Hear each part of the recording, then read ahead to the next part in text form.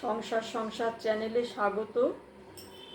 মাকে আর রামকৃষ্ণদেবকে প্রণাম জানিয়ে মায়ের কথা শুরু করছি। নববতে মা তো খুব সুখে দিন কাটাচ্ছিলেন, অত পরিশ্রম, কিন্তু সেই আনন্দের হাটে মার দিন খুব সুন্দর কাটছিল। কিন্তু বেশি দিন তার সেই আনন্দ ভোগ করা আর হলো না। সুখের দিনের অবসান হলো, কারণ ঠাকুরের গলা ব্যথা শুরু হলো। সেই গলা ব্যথা খুব বেশ বাড়াবাড়ির দিকেই চলে গেল। তখন সেই গলা ব্যথার চিকিৎসার জন্য ভক্তরা মাকে কলকাতায় নিয়ে এলেন। প্রথমে একটা ছোট বাড়িতে নিয়ে গেলেন। ঠাকুর তো ওখানে ঢুকেই একদম অস্থির হয়ে গেলেন, কারণ ওই বদ্ধ ছোট জায়গায় ওনার কোনোদিন থাকা অভ্যেস না, উনি ওখানে থাকতে পারবেন না। উনি পায়ে হেঁটেই বলরাম ভক্ত বলরাম বাবুর বাড়ি চলে গেলেন। বলরাম বাবুর বাড়িতে গিয়ে 7 দিন থাকলেন। তারপরে উনি ভক্তরা তাকে শ্যামপুকুরে একটা দোতলা বাড়িতে নিয়ে আসলো। সেই বাড়িটাও খুব ছোট্ট, কিন্তু তবু দোতলা বাড়ি, গাছপালা আছে। তখন ঠাকুরের ওখানে চিকিৎসা চলতে লাগলো, কিন্তু যতই সুচিকিৎসা হোক, সুপথ্যের অভাবে ঠাকুরের শরীর কিন্তু যথাযথ সুস্থ হচ্ছিল না। তখন ভক্তরা চিন্তা করলেন মাকে তো এবারে আনা দরকার। তখন ভক্তরা মাকে আনা মনস্থ করলেন। ঠাকুর বললেন ওকে জোর করে আনবে না, ও যদি আসতে চায় তাহলেই আসবে। চিন্তা করুন, ঠাকুর এখানে রয়েছে, মা কি আসবেন না? আর মা তো সেরকম নয়। তাও ঠাকুর তো মাকে খুব সম্মান করতেন যদি না আসতে চায়, কারণ উনি তো একদম ভীষণ লজ্জাশীলা ছিলেন। কাছেই এখানে তো একদম জায়গা নেই, আলাদা কোনো ঘর নেই, মা 5 জনের মধ্যে কী করে থাকবে? এই কথা চিন্তা করে ঠাকুর এটা বলেছিলেন। তখন ভক্তরা গেল মাকে আনতে। মা তো শুনেই এক কথায় একদম রাজি। তার আগে একটা কথা বলি, মা যখন নহবতে আছেন, ঠাকুরের দিকে চলে এসেছেন, ভক্তরা নিয়ে এসেছে। মার তো নহবতে খুব দুঃখেই দিন কাটছে, কারণ ঠাকুর নেই, অসুস্থ শরীরে গেছেন।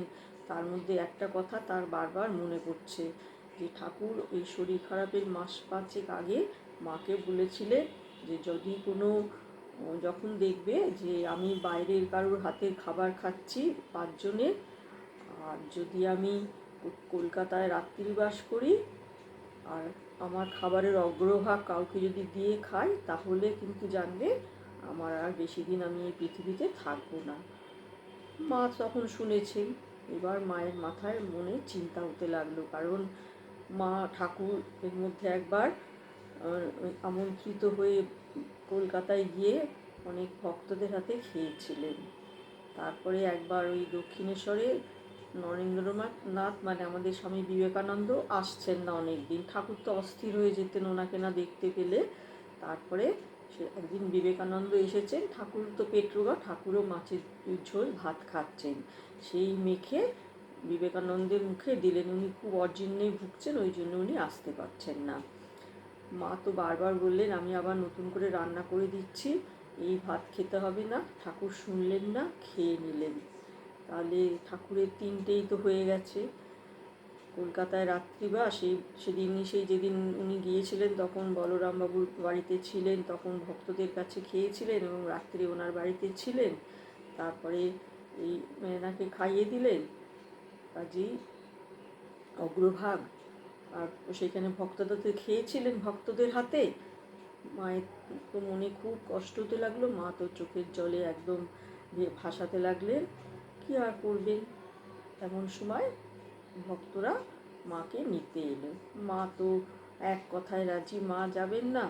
কিন্তু মা ওখানে যে কি কষ্ট করে থাকতেন তার একটু বর্ণনা আমি স্বামী অপূর্বানন্দের বই থেকে আপনাদের একটু পড়ে শোনাচ্ছি। হ্যাঁ,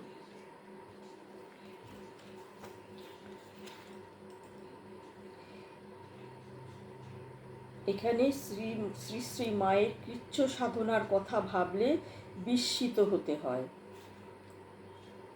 একমহল বাড়িতে সর্বসাধারণের স্নানের জন্য একটিমাত্র স্থান। রাত 3টের পূর্বে শয্যা ত্যাগ করে স্নানাদি সব সেরে কখন যে তিনি ত্রিতল ছাদে অপ্রশস্ত চাতালে চলে যেতেন তা কেউ জানতে পারত না। তাহলে দেখুন তিনি বাড়িতে মানে স্নানের জন্য একটি স্থান বলে তিনি 3টের আগে চান করে আর সব সেরে সুরে নিয়ে ছাদে চলে যেতেন। ছাদের অপ্রশস্ত চাতালে চলে যেতেন, তা কেউ জানতে পারত না। সারাদিন ওই সংকীর্ণ চাতালের থেকে তিনি ঠাকুরের জন্য প্রয়োজনীয়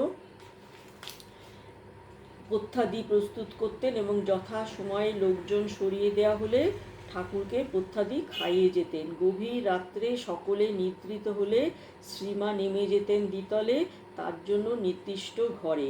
বড়জোর 3 ঘন্টা বিশ্রামের অবসর হতো। ওইভাবেই দীর্ঘদিন তিনি ঠাকুরের যাবতীয় সেবা ও ভজন সাধন নীরবে অতিবাহিত করেছিলেন। এবার আসি আজকের কথায়। ঠাকুরের তো চিকিৎসাও চলতে লাগলো, অসুখও খুব একটা কমছে না। ইতিমধ্যে ভক্তরা ঠাকুরকে কাশীপুর উদ্যানবাটিতে নিয়ে আসলো, যেখানে ঠাকুর শেষ কদিন কাটিয়েছিলেন এবং কল্পতরু হয়েছিলেন। সেখানে এসে ওনাদের খোলামেলা জায়গা পেয়ে খুব আনন্দ হয়েছিল। সেটুকু একটু পড়ে শোনাই। এটা শ্রীমা সারদা পুঁথি থেকে পড়ে শোনাচ্ছি।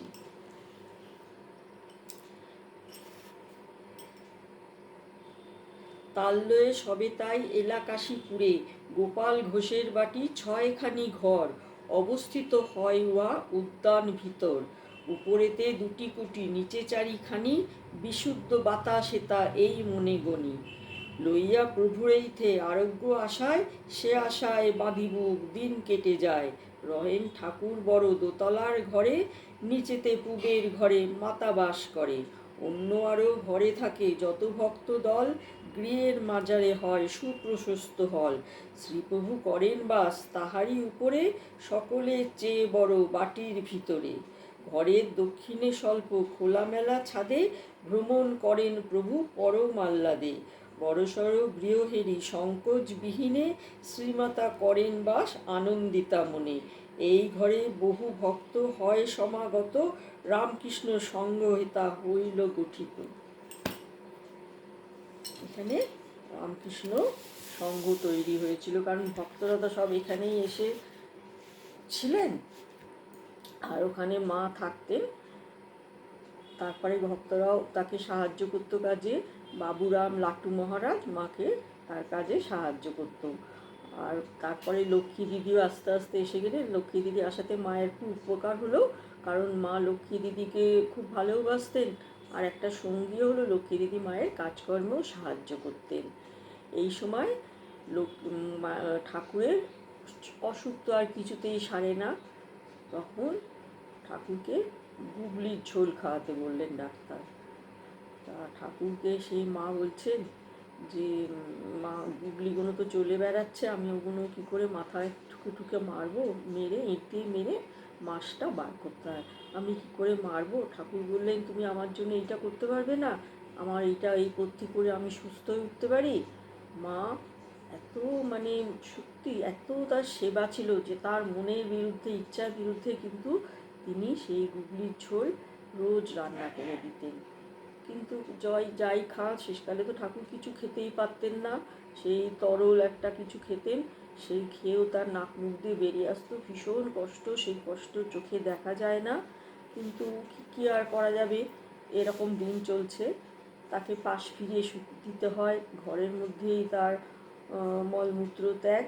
কিন্তু এর মধ্যে একদিন মা দেখছেন ঠাকুর খুব দৌড়ে কোথায় চলে গেলেন। মা তো অবাক হয়ে গেলেন, কী হলো? তারপরে কিছুক্ষণ পরে ঠাকুর ফেরত আসলেন। মা বলল, কোথায় গিয়েছিলে? বললেন, সাপ তাড়াতে। আসলে কি হয়েছে, ঠাকুরের ভক্তরা সব ঠিক করেছে, ঠাকুরকে জানায়নি, লুকিয়ে লুকিয়ে ওখানে খেজুর গাছ আছে, খেজুরের রস সকালে খেতে হবে। সেই রস হয়, সেটা ভোর রাত্রে অন্ধকারে পাড়তে যাবে।